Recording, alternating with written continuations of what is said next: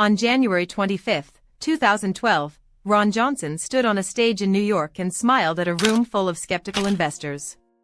He was the man who had built the Apple Store, the golden boy of retail, tasked with saving a dying relic, JCPenney. He told them he would turn the department store into a collection of boutiques. He told them he would get rid of sales, coupons, and discounts, the very things that kept customers coming through the door. He was wrong. In less than 24 months, he would systematically dismantle a century-old institution, burning through $4 billion of shareholder wealth and sending the stock price into a death spiral that it would never truly recover from. And the craziest part?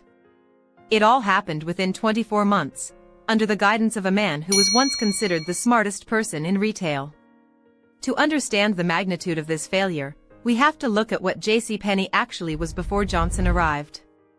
For decades, JCPenney was the backbone of American suburbia. It was the place where middle-class families bought their back-to-school clothes, their wedding registries, and their holiday gifts. It operated on a simple, predictable model, high-low pricing. You marked an item up significantly, then you put it on a sale that made the customer feel like they had one. It was psychology, and it was a multi-billion-dollar machine. Ron Johnson walked into JCPenney with a disruptor mindset. He wasn't interested in the history of the brand, he was interested in his own legacy. He believed that the Apple magic could be injected into a store that sold linens and blenders. He fired the entire executive team. He replaced them with tech-savvy hires from Silicon Valley. He threw out the pricing model that had sustained the company for nearly 110 years. He replaced sales with fair and square pricing. The idea was simple, honest, everyday low prices. No more coupons. No more confusing sales cycles. On paper, it sounded logical. In the chaotic reality of consumer behavior, it was financial suicide. But wait. It gets worse. As soon as the new pricing went into effect, the customers didn't just leave, they evaporated. The win of finding a bargain was gone. The thrill of the hunt, the dopamine hit of a 40% discount, that was the core product JCPenney sold, not the clothes themselves. By removing the discount, Johnson removed the reason to shop there. The revenue didn't just dip, it cratered. By the end of 2012, sales had dropped by 25%. That is a level of decline usually reserved for companies undergoing a total bankruptcy filing. Johnson doubled down. He brought in Joe Fresh, a trendy apparel brand, and Martha Stewart, hoping to make the store cool. He redesigned the floor plan to look more like an Apple store, creating wide-open spaces that felt empty and sterile compared to the cluttered, treasure hunt style of traditional department stores. He alienated the older, core demographic of the brand, the women who kept their finances tight and relied on coupons to stretch their budgets. He didn't just lose customers, he insulted them by telling them their shopping habits were confusing and outdated. Internally, the culture at JCPenney became toxic. Johnson was famously aloof. He lived in California and commuted to the corporate office in Plano, Texas, by private jet. He had little regard for the institutional knowledge of the people who had spent decades managing the store's logistics. Decisions were made in boardrooms without testing on the sales floor.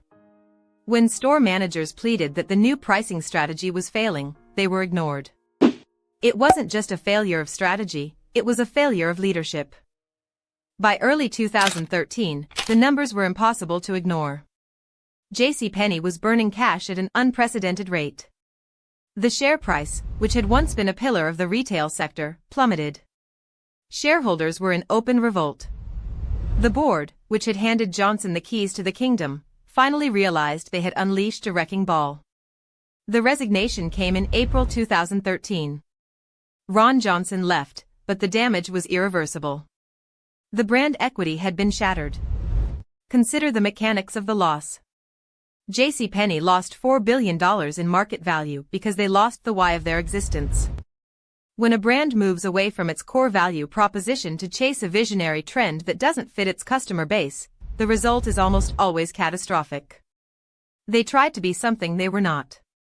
They tried to be an Apple store for a demographic that just wanted to save a few bucks on a pair of jeans. The climax was the final quarter of 2013. The stores were ghosts. Clearance racks were overflowing with inventory that nobody wanted because it was priced too high to be a value and too low quality to be a luxury. The brand's reputation for affordability was dead. The brand's reputation for quality never existed. They were trapped in the middle, the death zone of modern retail. They had become irrelevant to the youth and offensive to the loyalists. In the aftermath, JCPenney struggled to crawl back. They eventually brought back coupons, they tried to pivot to digital, and they tried to close underperforming stores, but the $4 billion hole was too deep. The story of JCPenney is a warning to every CEO who thinks they can rewrite the laws of consumer psychology with a PowerPoint presentation. If you don't understand who your customer is, you don't have a business, you have a hobby that costs billions. If you thought the destruction of JCPenney was insane, you must watch our video about how Sears managed to lose $50 billion in just 10 years by ignoring the digital revolution completely.